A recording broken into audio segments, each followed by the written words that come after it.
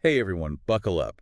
We're about to wrangle with a creature straight out of Greek myth, a creature even more intense than it looks on all those ancient faces we're talking about, the Chimera. It's a good one. And the cool thing is you guys sent in a ton of material. We've got mythology websites, encyclopedia entries, even some art history analysis in the mix. So we're going to do this right, a real deep dive into the Chimera. Lion head, goat body, snake tail, breathing fire. Where do we even start with this thing? It definitely checks all the boxes for a mythological monster, that's for sure. And it's not just the impressive anatomy, it's the stories behind it, the symbolism that the ancient Greeks packed into it. That's what makes it so fascinating, even thousands of years later. All right, so before we go full-on myth nerd here, can Yeah. you give us the Chimera 101? Like origin story, greatest hits, that kind of thing. What's the need to know? Okay, so picture this. The Chimera was the offspring of Typhon and Echidna, two of the most, let's say, problematic figures in Greek mythology. I mean, talk about inheriting some baggage, right? Yeah, that's an understatement. Yeah. So we're talking like monster royalty here. Pretty much. And true to form, this creature was said to terrorize Lycia, that's a region in ancient Anatolia, for those keeping track until, of course, it met its end, thanks to the hero Bellerophon. Okay, so offspring of notorious monsters, terrorizing the countryside, definitely not making friends. But let's break down the monster itself. Lion head, goat body, serpent tail, fire breathing. Like, was there some kind of design meeting for this thing? Did they have a whiteboard with pros and cons for each part? You're onto something there. The ancient Greeks, they were big on symbolism. So that lion head, it's not just about looking fierce, it's about strength, royalty, that kind of untamed power. The goat part, that's resilience, a connection to the wildness of nature, but also a bit of unpredictability. And the snake tail, Ah, because every good monster needs a venomous surprise. exactly. It's cunning, it's stealth, it's the threat you don't see coming. It's like they took all the most potent animal traits, all the things humans were afraid of, and just, mashed them together. Like the ultimate Frankenbeast. But it makes you wonder if they were going for most terrifying monster ever. This combo clearly worked, right? Oh, absolutely. I mean, we still use the word chimera today to describe things that are, well, kind of messed up, things made of mismatched parts. That's how impactful this myth was. It's true, we say chimerical schemes, chimerical dreams. It's like that fear of the hybrid, the unnatural, is baked right into our language. So, speaking of fear, this combination of powerful animal traits, it obviously made the chimera one tough customer to deal with. Enter Bellerophon, right? Tell me about that whole showdown. Oh, yeah, Bellerophon and the Chimera, it's classic Greek myth material. So King Iobates, not the nicest guy, by the way, he wants Bellerophon gone. So what's he do? Sends him on a quest to kill the Chimera, figuring it's a guaranteed way to get rid of him. But little did the king know, Bellerophon had a bit of an ace up his sleeve. Pegasus, the winged horse. Talk about an unfair advantage. I mean, I wouldn't want to fight a fire-breathing lion goat snake on foot, but even with Pegasus, it couldn't have been easy taking down a creature like that, right? Oh, it was definitely a battle for the ages. One detail I find fascinating, and I was reading about this on Theory Project, which is a great resource, by the way, Bellerophon. He didn't just stab the Chimera with any old spear. No, he used a lead-tipped lance. Okay, so what's so special about lead? Think about it. The Chimera breathes fire. That intense heat would have melted the lead, right? So it's like the creature was choking on molten metal. That's brutal, even for a monster. That's pretty hardcore. It's definitely a memorable way to go out, but it shows how resourceful heroes like Bellerophon had to be. They needed serious ingenuity to defeat such powerful enemies. And here's the thing, the Chimera, it wasn't just confined to some obscure myth. It even pops up in a vision of the Cumaean Sibyl. Hold on, a vision. Back up, who's this Sibyl, and why should we care about her dreams? Think of her like the Delphi oracle, but maybe a little less famous. She was a big deal in Roman mythology. People took her prophecy seriously. And in one of these visions, she sees the Chimera and interprets it as a sign of, well, chaos to come. So, not exactly a good dream to have. But it shows how the Chimera, it wasn't just some random monster. It had real cultural weight, popping up in prophecies and everything. Exactly. And speaking of cultural impact, we can't forget how much the Chimera pops up in art. This wasn't just a monster, it was a full-on cultural phenomenon. It's true. It's like every other Greek vase or plate you see has a chimera on it. What was it about this creature that they loved so much? It really makes you think, why was this creature, the chimera, plastered all over everything? Was it like a good luck charm or something? That's a good question. It probably had to do with both good and bad luck. Like, we see the chimera on pottery, on armor, which tells us that the ancient Greeks thought it had some protective power, but at the same time, it was still a symbol of chaos and danger.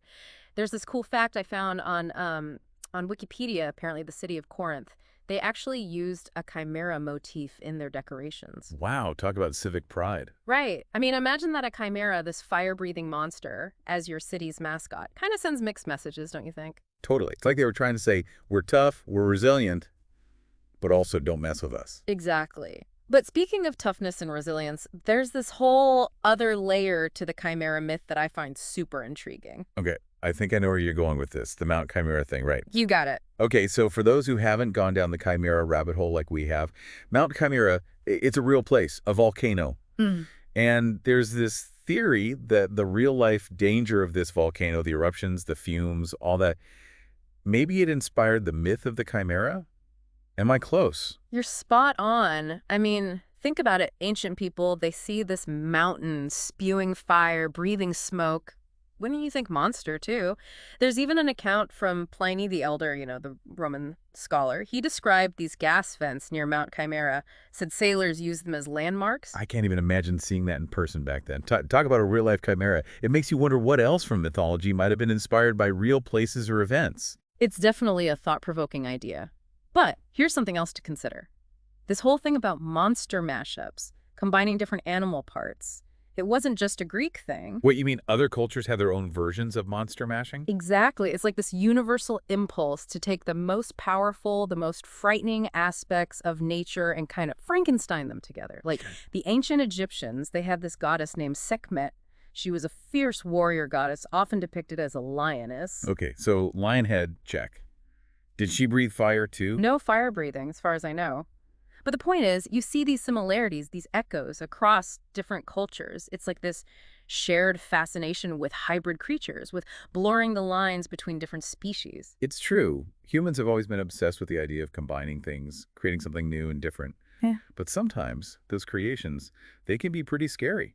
And speaking of scary creations, we'd be remiss if we didn't talk about how the chimera and the idea of the chimera still affects us today. I'm not just talking about those cheesy monster movies either. You're right, it goes way beyond that. The word chimera, it's taken on a whole new life in science, particularly in biology. Right, biology. It's not just about mythical beasts anymore. Exactly. In biology, a chimera is any organism that's made up of cells with different genetic origins. It's like, imagine taking a bunch of different fruits, all mixed up in a fruit salad. Each fruit has its own DNA, its own unique properties. That's kind of like a biological chimera. So it's like a mix and match organism created by nature. Exactly.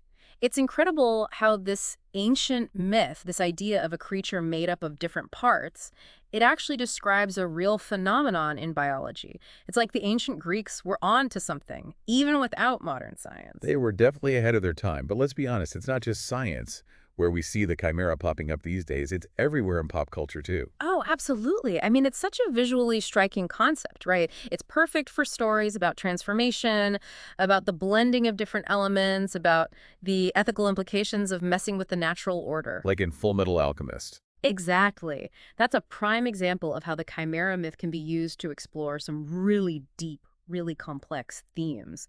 I mean, in Full Metal Alchemist, chimeras aren't just mythical beasts. They're the product of alchemy, of human experimentation. Right, and without giving anything away, there's this one storyline about a young girl, Nina, and her dog, Alexander. It's heartbreaking, and it really makes you think about the ethical lines we cross when we try to manipulate life itself. It's a powerful example of how the chimera, this ancient symbol of chaos and the unknown, can still resonate with us on such a visceral level. It taps into our deepest fears about what happens when we tamper with forces we don't fully understand. It's like this primal fear, right? The chimera, it represents this thing we don't understand, this Yeah. blending of things that shouldn't be blended. And the thing is, that fear, it's still with us today. It's like we inherited it from the ancient Greeks. Look at how we use the word chimera now. It's not just a monster anymore. It means impossible, unrealistic, even dangerous. Yeah, like you said earlier, chimerical schemes, chimerical dreams. It's Yeah. like that ancient fear. It's baked into our language. We can't escape it. It's a powerful reminder, isn't it, that these stories, these myths, they still have something to teach us, even after all this time. It's been amazing, honestly. We started with this crazy creature from Greek myth, And we ended up talking about volcanoes and genetics and even the ethics of alchemy. I feel like my brain just did a marathon. That's what we aim for, to make you think, make you question, maybe even make you see the world a little differently. Mission accomplished. So for everyone listening, we've covered a lot of ground.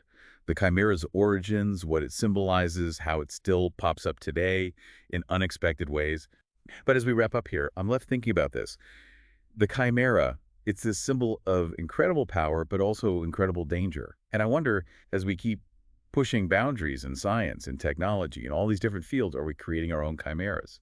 Things with amazing potential, but also the potential to backfire in terrifying ways. That's a question worth pondering. It definitely is. All right, everyone, until next time, happy deep diving.